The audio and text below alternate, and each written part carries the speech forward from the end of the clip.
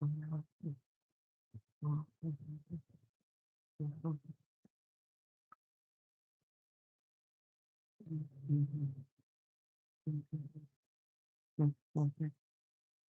hadn't forgotten you guys. I know I'm late, but 6 minutes late. But I hadn't forgotten you guys. I just needed to take care of something right quick. Let's get the TikToks folks started.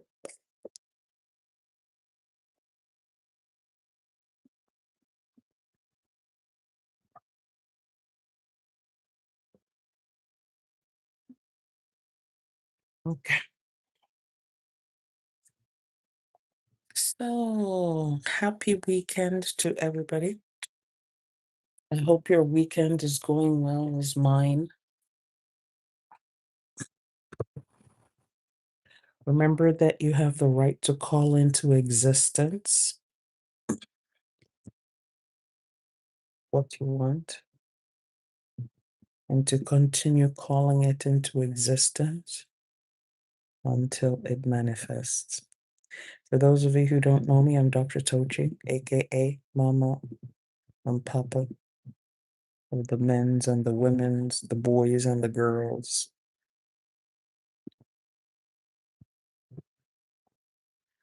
And my website is at tochi.us or drtochi.com, where you can book me for your spiritual consultations, your dream interpretations, and also find out the events that are going on.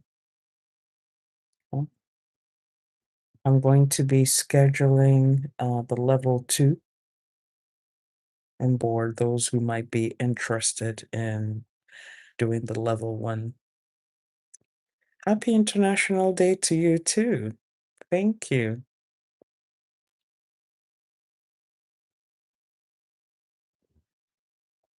Remember to spray your favorite fragrance or perfume today, regardless of your gender. Be nice to yourself today. You don't need a reason to spray your favorite cologne or favorite perfume. You don't need a reason. You can just do it. Just do it. Thank you, Mommy.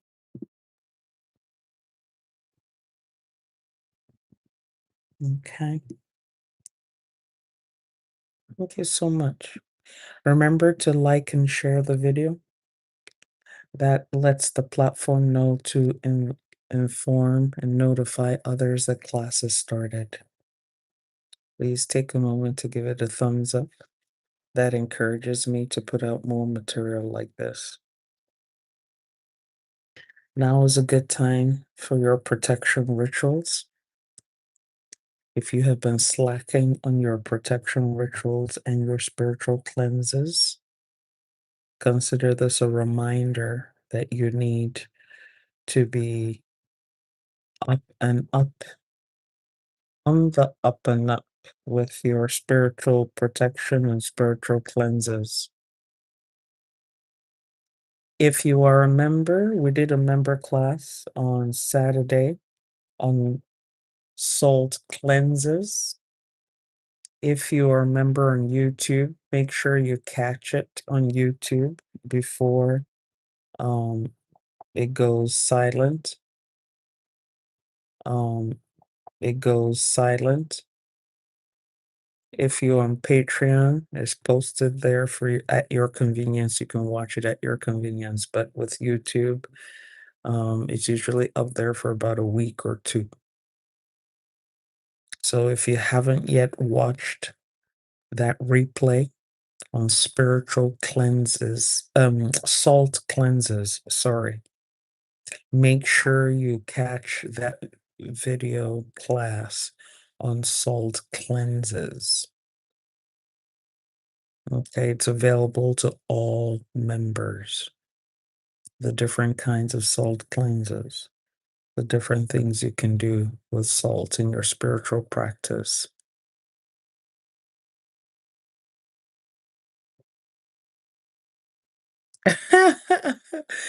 Thank you, the revolutionary queen.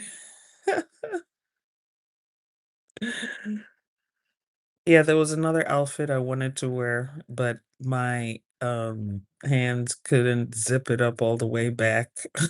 There's only so much flexibility I have. So I just like tossed it to the side and threw this one on. Thank you very much. You were so kind. I appreciate you. Appreciate you. Remember to like and share, please. A thumbs up for the video so that will notify folks that class is in session. If you are fasting for Ramadan and Lent and you are in the Americas, be reminded that there was a time change today. And so that's why I kind of pushed it out a little bit an hour later because sometimes there's a little bit of confusion that comes with time changes. Okay. So I was like, you know what? I was gonna set it for 1 or 2 o'clock, and I was like, you know what? I actually did set it for two, and then I was like, you know what? Let me just push it to four, um, and then see what happens. Okay. So if you are fasting, remember that there's a time change if you're in the Americas. So the time for you to break your fast will be later. Yesterday it was about 6:30. Today is going to be about 7:30 because of the time change. The clocks were moved forward. And I just wish they would do what some Canadian provinces are doing, which is just totally dispensing with this time change thing altogether because it can be so confusing. You have to try and start figuring out, okay, here's my time now. What is the time in the other part of the world? Well, thank goodness for Google and other apps that can help us track that. But sometimes it can be a bit confusing trying to track time changes. Okay. So just make sure that you are adjusting your fast accordingly if you are fasting. It started on the 17th of February, which was a Wednesday, and will end on the 18th of March, so which is 10 days to go. So congratulations to those who have persevered with the fast. Okay. We're continuing with our Matchstick Girl series. So please have your drink. Oh my goodness, this thing is still going. Have your drink and your snack, your notebook and your pen. And we're going to go ahead and learn from today's story. Today's story is being pulled from Ghana. Thank you, Michi M. Thank you very much. Today's story is pulled from Ghana. So I have a whole bunch of stories pulled from Africa here that fit the theme of the matchstick girl. Okay. When do you sacrifice yourself and when do you not sacrifice yourself? When is sacrifice necessary?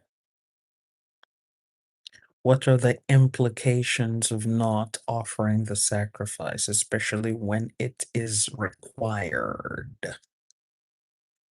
Okay. And remember, when we talk about sacrifice, we're not just talking about physical sacrifice. There are other kinds of sacrifice um, that can happen and can be required. One of the most Ghana's in the house. Mommy is like Ghana's in the house. Ghana is in the hizzy. Okay. So when we listen to these stories and analyze these stories, I would like you to see how you can apply that to your own life and to your own circumstances and what's going on with you. Okay. Because, in my opinion, some sacrifices are necessary and some sacrifices are unnecessary. Some are called for and some are not called for. Some can be prevented, some just cannot be prevented. And we see this thread going through these stories that we're examining. There are some things in life worth sacrificing for, and there are some other things not worth sacrificing for. Okay. All right. So here's the story of Nana Tweneboah Kodua 1. If you're from Ghana, I might mispronounce some words here. Forgive me. I should know. Let me raise my hand and admit right now that I ought to know the Ghanaian pronunciations, but it is what it is. Okay. Even French, I mispronounce words. English, I mispronounce words. So, unlike the myths, okay, so here's the story of Nana Tweneboah Kodua 1, one of the most revered figures in Ghana's history. Unlike the myths of sea serpents or weather gods, this is a foundational legend based on real historical figures that established one of the most powerful empires in West Africa. Remember, Ghana used to be known as the Gold Coast. Ghana was known for its gold. Okay.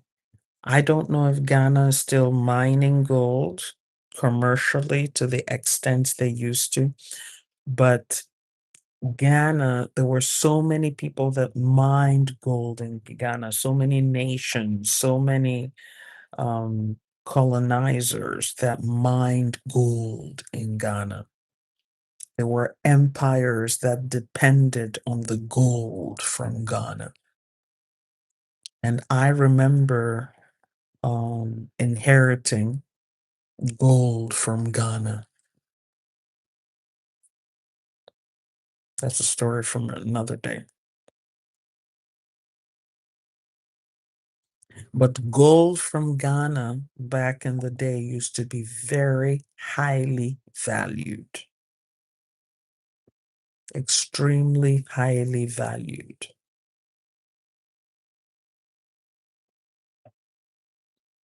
So Ghanaians in the house, let me know, is gold still mined in Ghana, and is it still mined commercially? Okay, thank you, Leonard. Okay. In the late 17th century, 17th century is the 1600s, the various Akan states were not yet united. So there were different Akan states, the Akan tribe, you may have heard of them. They were not united. They lived under the oppressive thumb of the powerful Dankira kingdom and its ruthless leader, King Ntim Gyakare.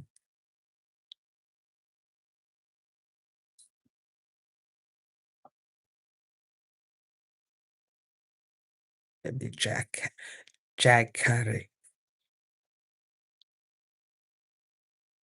Okay. Is it Gyakare or Jagkare? Ghanaians in the house. Gyakari. Jagkare or Gyakare? Which one is the correct pronunciation?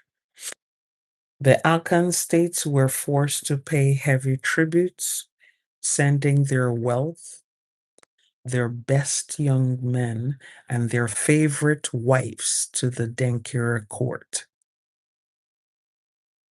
So imagine living in that empire where if you married a wife, and your wife was beautiful, you had to send her to the king. You had to go send your wife to the king for the king's pleasure. Imagine living in that kind of kingdom. Okay, they've slowed down the mining after oil was discovered. Okay, so the focus has been on oil for the past 20 years. Yeah. How sad. So imagine this in this empire, okay, in this kingdom, the Dankira kingdom. So determined to throw off this yoke, the leader of the unified Ashanti forces, King Osei Tutu I, gathered his allied chiefs.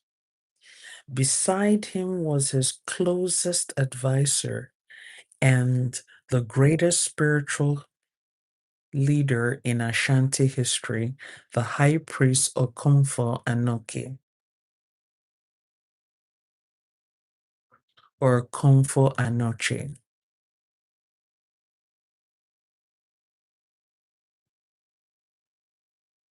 Thank you, Paul Easley. Thank you very much for your kind words. Okomfo Anoche went into a deep spiritual trance to consult the ancestors and the gods about the coming war. When he emerged, he delivered a chilling prophecy to the gathered chiefs. The Ashanti could only defeat the Ashanti could defeat the Dankira, but the price of victory was absolute. To ensure the birth of an invincible Ashanti empire and to call down the legendary golden stool. And the golden stool was considered the sacred spiritual symbol of the kingdom's soul, the soul of the Ashanti kingdom. A paramount chief of the royal bloodline had to willingly offer himself up as a human offering. And I'm using offering in lieu of the S word because we have to be mindful of the platforms where we are right now. So somebody had to offer up themselves, but the only offering that was going to be accepted was someone from the royal blood, from royalty. Remember a class I did some years ago on royalty and slavery? If you haven't watched that class, I suggest you watch it on YT.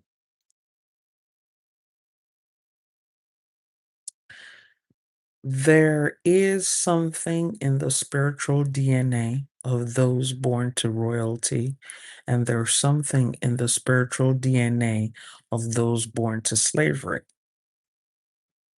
There's an additional dimension, and these additional dimensions come about from spiritual covenants with certain deity, certain spirit guide.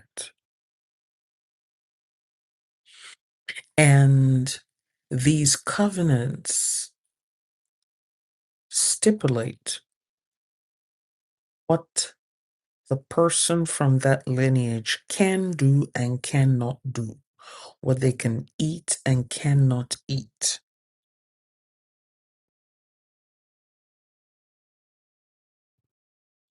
Some of these stipulations are strict, some are not so strict, but they're definite.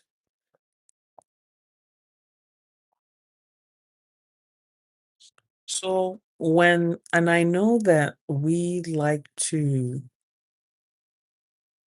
be encouraged and encourage ourselves, when we like to think highly of ourselves and things of that nature. But the fact remains, like I said in that video class, not everyone is descended from royalty. Not everyone is descended from a royal lineage. Not everyone is descended from a slave lineage. A person may be made king or queen, but it doesn't mean that that person comes from a royal lineage. A person may be sold into slavery, but it doesn't automatically mean that the person comes from a slave lineage.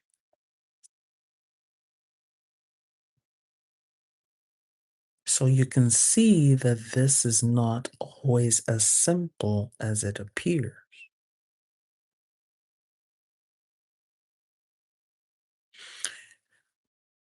You just don't wake up in the morning and say, oh, I am descended from the kings and queens of wherever. You can indulge in wishful thinking, you can indulge in your fantasy, but pray that you are not tested.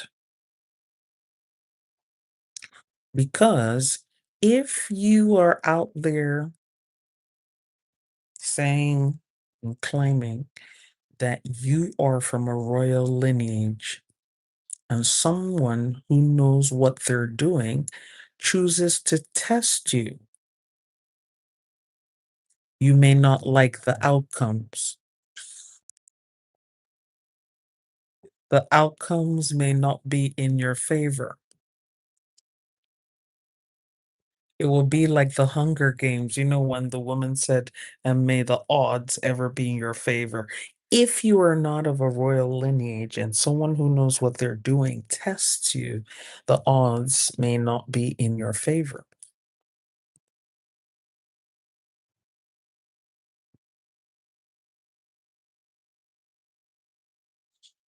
So we can go into certain spaces and claim that we're this and claim we're that.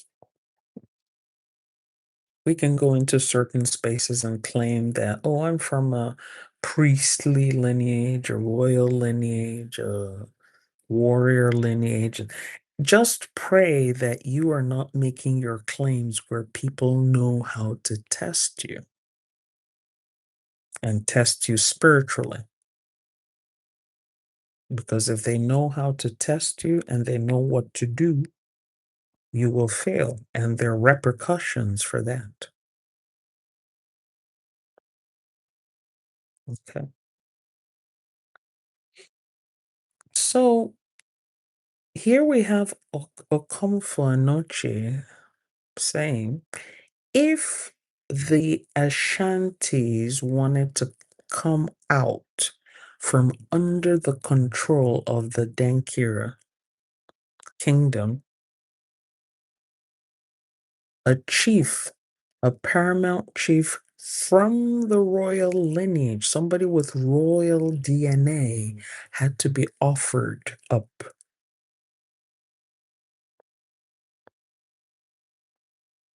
No two ways about it. So the Ashanti could defeat the mighty Dankira, but the price of victory was absolute.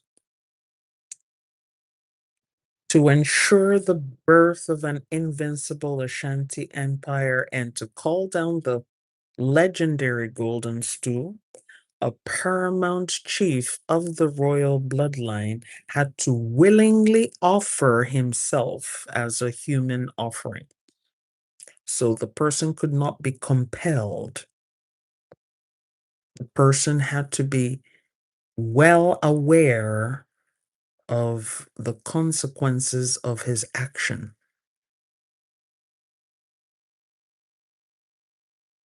and say, you know what, I am willing to offer myself up so that my tribe will be mighty forever. Person is looking down into centuries. The person is looking centuries down the road and saying, I will ensure, I will do what it takes to make sure that my people are freed from oppression and will never be subjugated again. So a heavy silence fell over the council. To volunteer meant guaranteed unaliving. Chief after chief looked down, unwilling to pay the ultimate price. Life is sweet to the owner of that life, they say. Finally, Nana Tweneboah Kodua I, the paramount chief of the Kumau state, stood up. He announced that he loved his people and the vision of a free Ashanti nation more than his own life. He volunteered to be the sacrifice. However, before he gave his life, he made King Osei Tutu swear a sacred oath with 3 conditions. The first condition, immunity. No matter what crimes they committed in the future, nobody from his bloodline or his state of Kumau would ever be subjected to capital punishment by the Ashanti kings. So, in other words, there was going to be pardon embedded in the DNA of his lineage. There was going to be a pardon.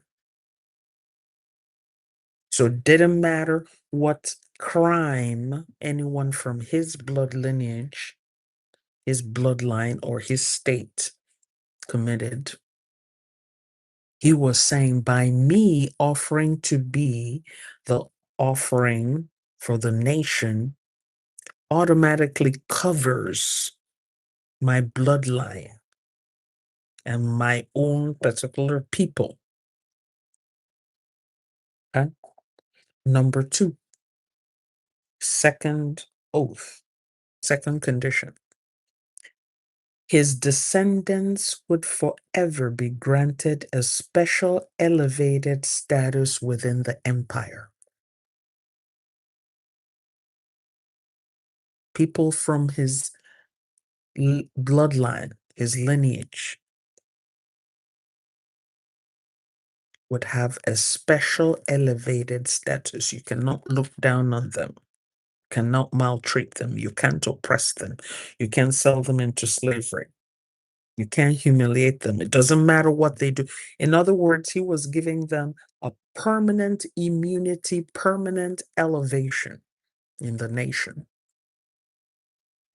Third condition, remembrance,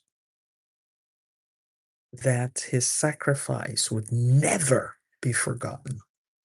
And I'm even getting goosebumps just saying this.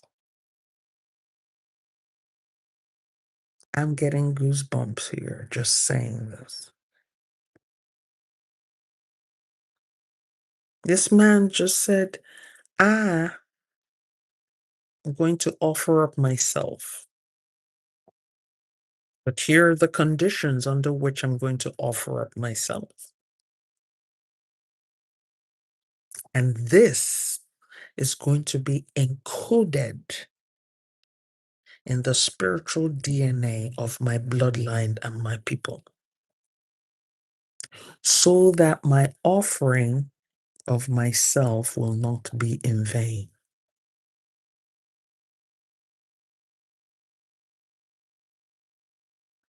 Take a moment and think about that. This was ensuring the success, the progress of his bloodline in perpetua.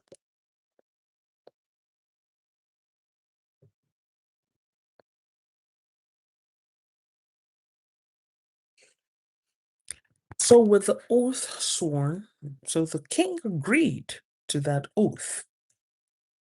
King Osetutu agreed and said, "This is how it's going to be.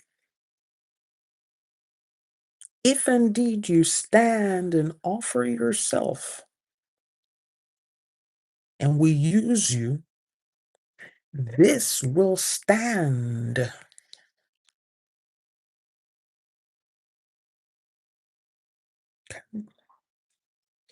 So, with the oath sworn, with the three conditions, the spiritual rituals were completed. Tweneboah Kodua 1 was ritually offered by the priests. Some versions of the story say that he rode unarmed into the enemy lines to absorb the first fatal spiritual and physical blows of the war. Unarmed. Coming in. I'm coming in like the sacrifice. Okay? His sacrifice worked. Empowered by his martyrdom and Okonfa Noche's magic, the Ashanti forces met the Dankira army at the historic Battle of Fayashe. The Ashanti absolutely crushed their oppressors, beheaded King Ntimgiakari, the king of the Dankira, and secured their independence. Because of Nana Tweneboah Kodua's willing offering, the Ashanti Empire was born, growing into a dominant power that would rule that region for centuries. And to this day in Ghana, he is celebrated as the ultimate symbol of patriotism, selflessness, and leadership.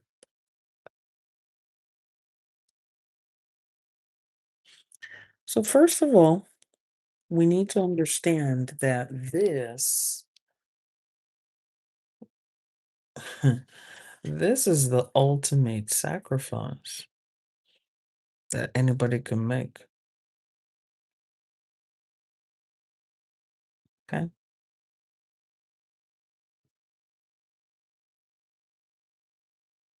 A person saying, I put the needs of my community, my people, my nation above my needs. But he was not stupid about it. He was like, if I'm going to do this thing, I want perpetual benefits. I want perpetual benefits. My payout will never end. I may not be physically here to benefit from that payout, but my bloodline will. And I'm sure at that point he also had plans of reincarnating. And so if he reincarnated, he would also reap the benefits of that offering.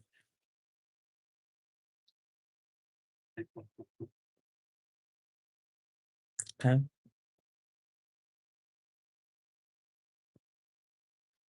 There's another video class I did on terms and conditions.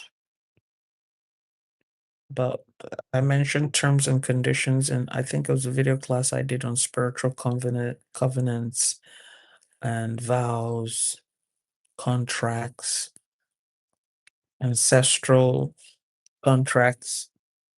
It's an old video. You can look it up in writing. And in that video, you will hear me say, always know the T and C before you engage. Determine the terms and conditions before you get involved. You have to determine if the terms and conditions of the spiritual covenant you are getting into is of benefit to you and how it's going to work out. There are many of us today who are enamored of martyrdom. We think it sounds sexy. Oh yeah, I'm gonna offer up myself, and everybody's gonna talk about me, and I'm going to trend on social media.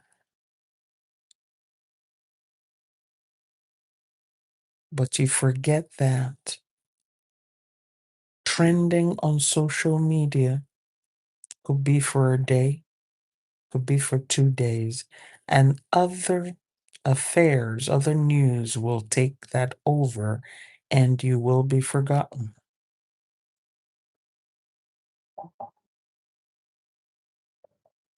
When people decide to offer themselves up willingly or unwillingly, voluntarily or involuntarily, and I'm coding this, hopefully you understand what I mean by what I just said.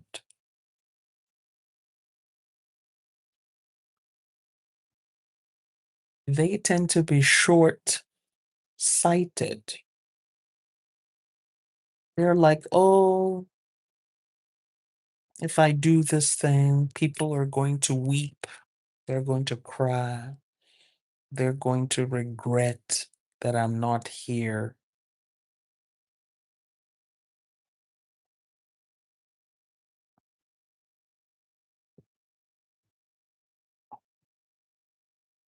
You know, they're probably their lives will be changed because I'm not here.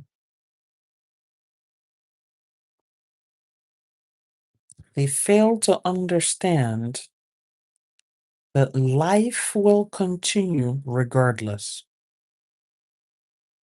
Life will continue regardless of what offering or sacrifice you make. Life will continue. There's this African saying, no matter how hard things are, no matter how sad things are, the teeth never go on a fast. They don't.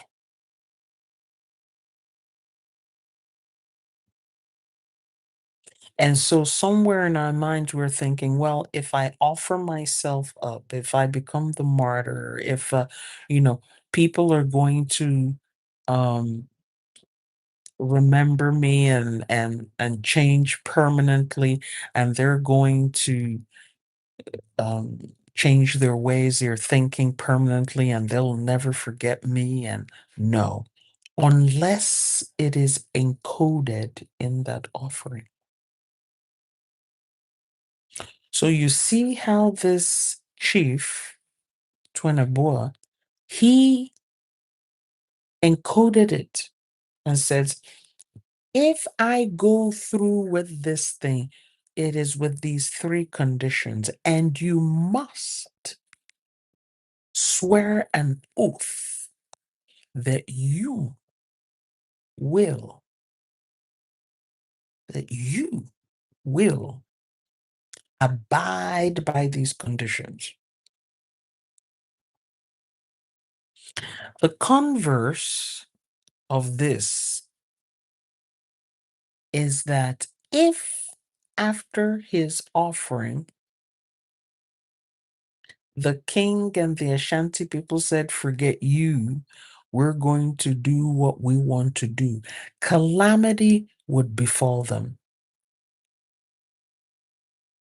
Because when they make these kinds of oaths, they do this in the presence of deities. You're not just sitting in someone's living room or sitting in the front porch and shaking hands on it and saying, this is a gentleman's agreement. No, no, no, no, no, no, no. You will go in front of the powerful deities of the tribe and swear this oath. And if the king swore to that oath and did not uphold it, he and his descendants and the Ashanti people would suffer. And there will be no recovering from that.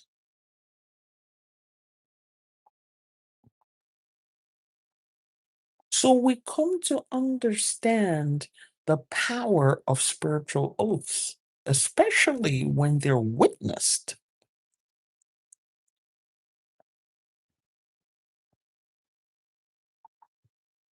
And somebody comes and says, oh, I swear to God, I swear to God.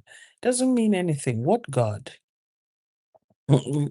Specify. What God do you mean? You're out there screaming, I swear to God, I swear to God. What God?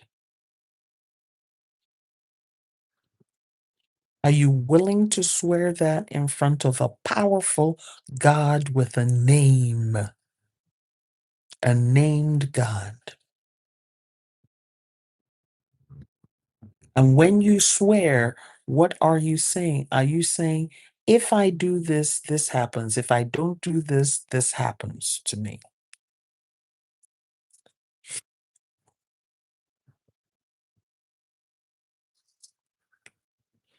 So there's a lot to unpack from this story. There's just a lot to unpack from the story.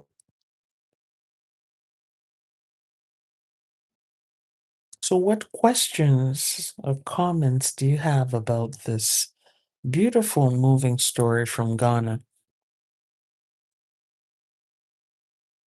Or what insights did you get from it?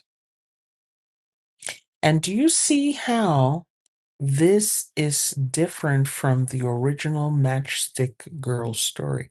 The Matchstick Girl story, her self offering didn't change much for anyone else. It was just for her.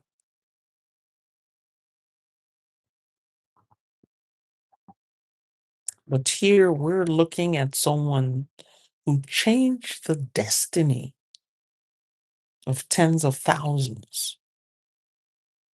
And now, with the descendants of the Ashantis, I'm sure we're talking about millions of people.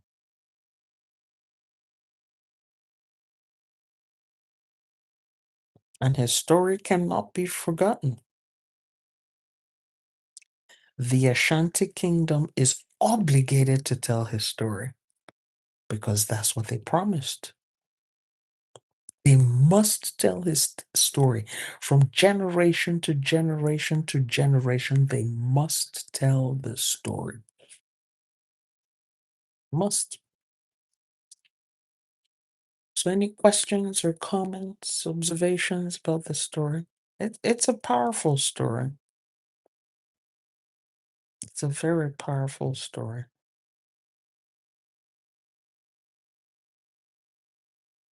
If you're going to sacrifice anything for anybody or a group of people,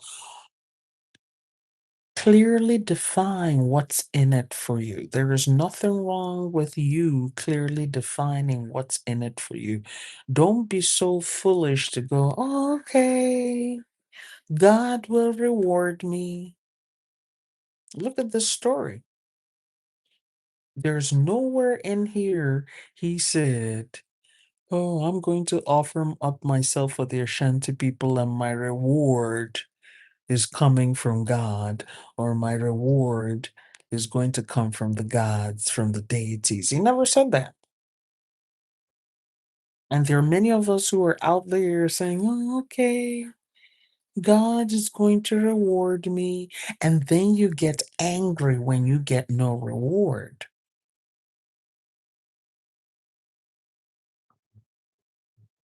You get angry. Why are you angry? You did not specify the terms and conditions. So why are you angry? And many of us are like that. "Oh, I'm leaving it for God.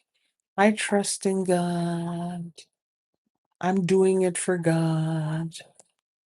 And then you get resentful when you don't get the rewards you secretly hoped for in your heart that you did not express. You didn't open your mouth and say, "This is what I want from this transaction." You never opened your mouth. You're there saying, "I trust in God. I believe in God. I believe this person will do the right thing. I believe they have a conscience." And imagine if this man said, "I trust the conscience of the king," or say, Tutu, "I trust the conscience of the Ashanti people that they will do right by my lineage after I'm gone." Imagine. Thank you. A sacrifice should not be in vain. Imagine if he had just said, "Okay, I trust you people to do right and take care of my wives and children and my lineage. I trust you people," and then went off to offer up himself. Some fool down the road will now come and say, "Oh, yeah, he didn't have to do it. Somebody else could have done it. No one forced him to do it." Have you ever had that circuit situation where you did something for somebody and then the person down the road turns around and throws that in your face and they say, "Oh, you didn't have to do it. If you didn't do it, somebody else would have done it." And then you become angry and you become pained. They wouldn't have done right by his lineage. Somewhere down the road, they would have forgotten. Somewhere down the road, you would have somebody say, "Oh, what's the big deal?"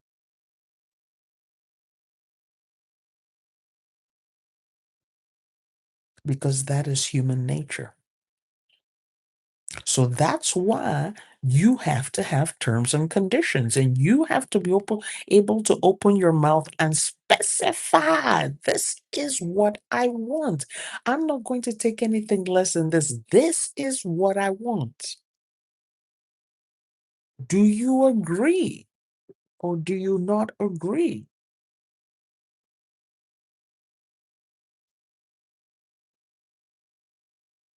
This man shows you you cannot trust human nature. So he's like, "We will swear an oath that you will fulfill these three conditions."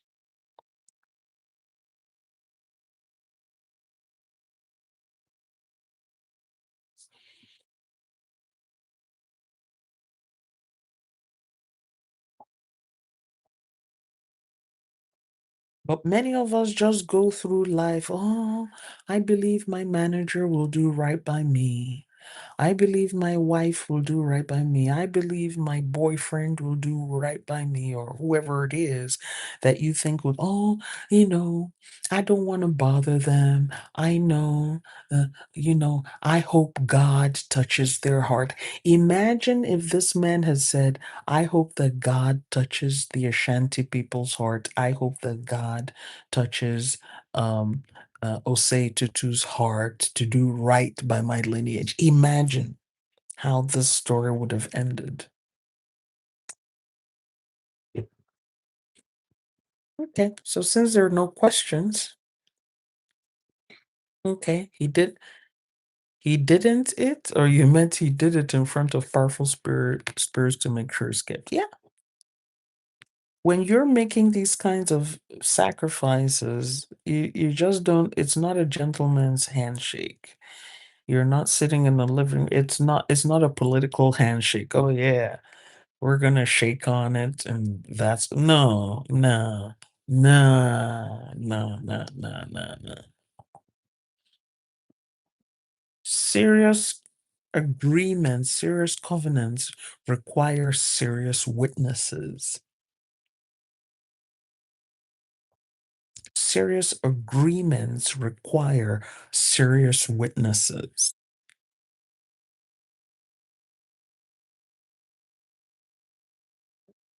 If I marry you, you will not lay hands on me.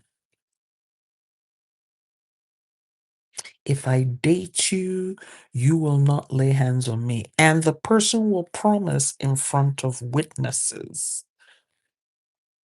Witnesses who can exact revenge if the person doesn't do it.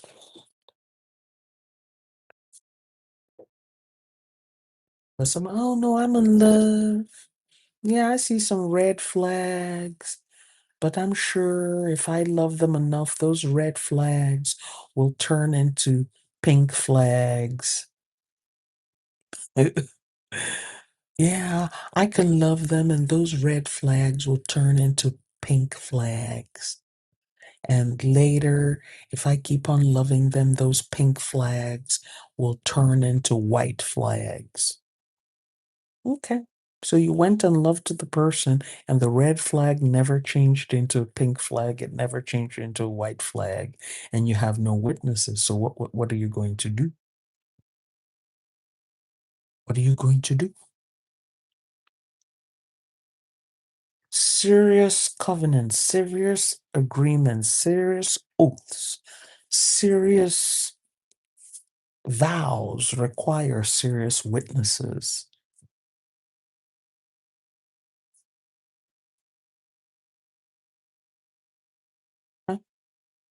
We're thankful to our Creator, our guardian spirit, our ancestors, and our spirit guides for today's powerful lesson.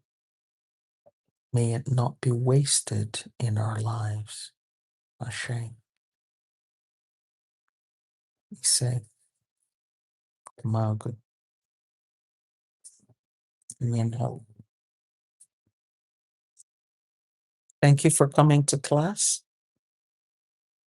Okay, so quick reminder, I will be opening up the doors for level 1 and level 2. Level 1, reclaim your authority. Level 2, embody your authority. If you need more information, send me a DM, reach out to me, and I'll provide you with more information on how you can secure your seat. Remember that it is work. It's not just lecture where you're going to lie back, but it will be some work. Now we're going to have this late at night when you're least likely to be bothered, when you're least likely to be disturbed. Okay. Love you all. Thank you for coming to class.